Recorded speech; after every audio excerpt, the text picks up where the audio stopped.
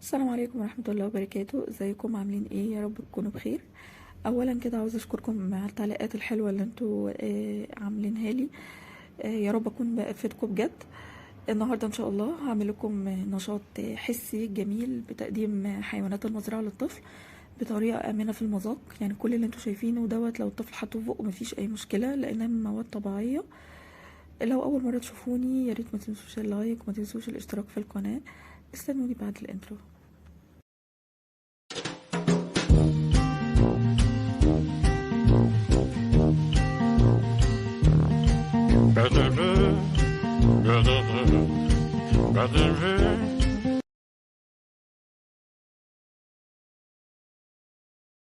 اولا هنبدأ نشاطنا بسم الله. هنجيب كيس هنحط فيه مكرونة شعرية وهنحط فيه لون اخضر، لون طعام اخضر. لو ما عندكيش اللون الاخضر ممكن تجيبي السبانخ وتاخدي تغليها على النار بحبة مية صغيرة وتاخدي المية بتاعتها برضو لون طبيعي. ممكن تضيفيه على اي حاجة يديك اللون الاخضر بتاعنا، مفيش اي مشكلة. احنا اهم حاجة الحاجات طبيعية عشان بنقدمها لطفل من سن سنة ونص.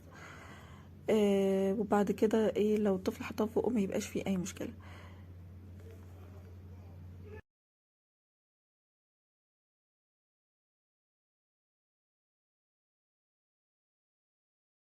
تاني حاجة هنجهزها، هنعمل زي بركة مية صغيرة. هنجيب مية، كوباية دقيق ومية ولون طعام أزرق، وهنقلب ونخليها عجينة زي عجينة بس عجينة سايلة هتدينا الشكل. طب أنا لو ما عنديش متوفر الكلام دوت ممكن أجيب جيلاتين وأحط عليه مية، ولما يتخن كده أحط عليه لون طعام أزرق برضو، وأعمل بس الشكل بتاع البحيرة أو شكل بركة المية أو بير المية اللي هتشرب منه الحيوانات. بيدي شكل حلو. كمان احنا أهم حاجة عندنا الملمس، لأن كل ده طبعا الطفل هيقعد يلعب بيه، فانا عاوزاه يستفاد بالملمس. هنا هنعمل الرمل اللي تحت الحيوانات. هنجيب كوباية دقيق وكركم وهنقلبه. كل ما تحتاجي عاوزة تغمقي اللون زودي اكتر الكركم او الكاري على حسب المتوفر عندك. وهو هيدي لون كويس. وزي ما انتوا شايفين كل المواد طبيعية، يعني الطفل هيلعب براحته، حط ايديه في بقه فعادي مفيش مشكلة خالص. مش هنبقى قلقانين ولا خايفين، وهنسيبه يلعب ويلمس، يعرف ملمس الدقيق، يعرف ملمس الاشياء من حواليه. طبعا زي ما قلت لكم قبل كده اللي هي بتنمي الذكاء جدا.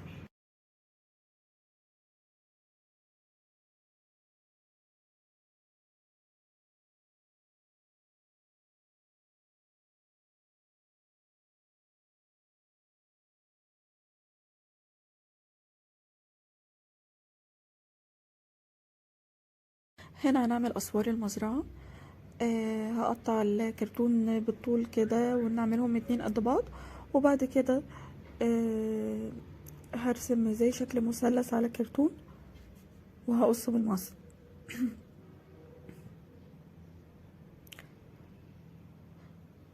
وهلزقهم بمسدس الشمع او اي لاصق عندي بالشكل ده.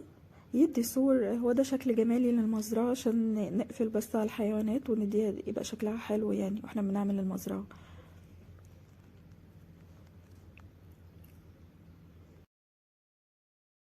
بحاول اديكوا افكار بسيطة كلها موجودة في البيت، ما نحتاجش ونحير نفسنا. طبعا انت لو جالك افكار تانية يعني انا مجرد بس بديكي افكار. انت بقى ابداعي، يعني كل ام بتحب تبدع لاطفالها.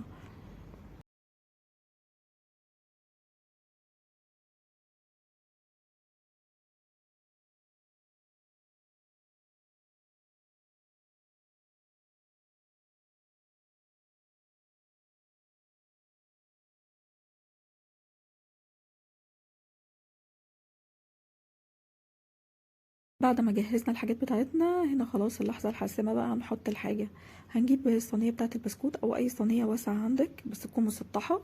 هنقسمها بالفويل، انا قسمتها بالفويل كده جبته وبرمته، وهقسمها 3 اجزاء كده ايه عشان الموضوع يبقى منظم اكتر.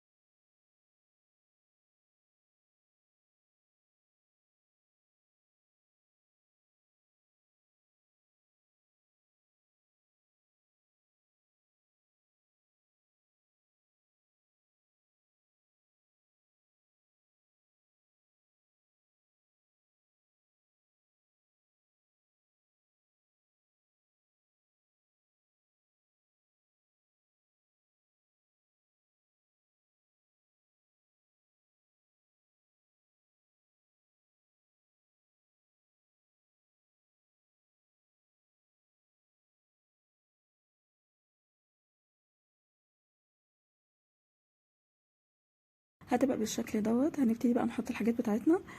اول حاجه هنحط الشعريه الخضراء، ودي زي الحشائش كده اللي هيقف عليها الحيوانات. اللون جميل، لو عايزين تغمقوا وتفتحوا ده يعني بتزودي اللون او بتقلليه براحتك. شكلها مبهج، اللون الاخضر شكله حلو جدا.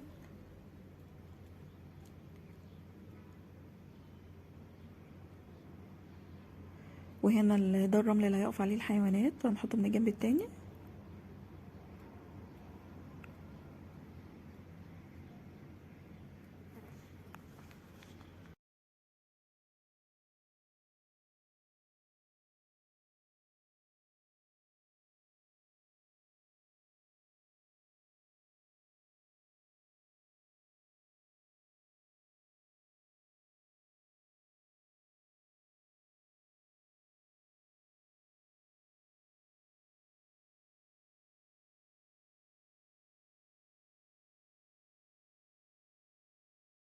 هنا اهو بركة المية دي حطيتها في طبق صغير، وحطيت على الجوانب والحواف كده من العجينة نفسها عشان يدي الشكل الأزرق كله.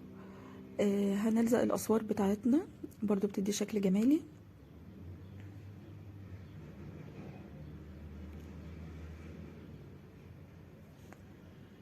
هبدأ أوزع الحيوانات بتاعتي في الصينية. طب أنا لو ما عنديش المجسمات التعليمية ديت أعمل إيه؟ المجسمات اللي هي الحيوانات أو مجسمات المزرعة، أعمل إيه؟ أطبع صور الحيوانات المزرعة من على النت، واروح اقصاهم على ورق مقوى او ورق نص بيان، او ورق كرتون، واحطهم بدل هدفنا اللي احنا نعلم للطفل حيوانات المزرعة، او الطفل يبتدي يتعلم اسماء الحيوانات. في العملية التعليمية مش كل حاجة هتبقى موجودة عندك، في حاجات كتير مش هتبقى موجودة عندك، ودي مش يعني مش خلاص مش موجودة فأنا هوقف، لأ. يعني انت ممكن بأقل الإمكانيات أو بدائل تانية كتير الأم تلاقيها والطفل توصل له العملية التعليمية ويتعلم وما يحسش بالفرق أبدا. الغلط اللي احنا نوقف ونقول لا الحاجة دي مش عندنا. كده خلصناها، شكلها حلو جدا. يعني الطفل هيفرح بيها، ما تعرفيش فرحته بيها قد ايه. النشاط دوت يعني من اول سنه ابتدي علمي طفلك الحيوانات. في ناس كانوا طالبين مني انشطه لسنه ونص، تنفع طبعا، كلها امنه في المذاق. يعني ما نقلقش من اي حاجه، حطها في بقه، اجت على جلده، كلها حاجات طبيعيه زي ما انتوا شايفين عاملينها من المطبخ. كمان الملمس، ملمس الشعرية، ملمس الدقيق، الريحة اللي طالعة من الكركم، كل دي حاجات حسية بيشمها وبيحسها الطفل، دي بتنمي ذكائه جدا. ملمس الدقيق بالمية، اللون الأزرق، ممكن تقولي نعلمه اللون دوت، نعلمه ان الشجرة خضراء والحشائش اللي تحتها أخضر. نشاط حلو جدا وآمن جدا. الطفل هو اللي بيعلم نفسه بنفسه، انتي بس هتقعدي جنبه لو عايزة تقولي له أسماء الحيوانات وهو يتفاعل براحته جدا. هوريكم الصور بعد ما الأطفال لعبوا بيها. دي شكلها وهما بيلعبوا. يعني انتي هتسيبيهم براحتهم خالص بقى يعملوا اللي هما عايزينه، احنا أهم حاجة مطمنين اللي مفيش حاجة تضر الأطفال. لو عجبكم الفيديو ما تنسوش اللايك وما تنسوش الاشتراك في القناة. هستناكم الفيديو القادم ان شاء الله، هستنى تعليقاتكم، والسلام عليكم ورحمة الله وبركاته.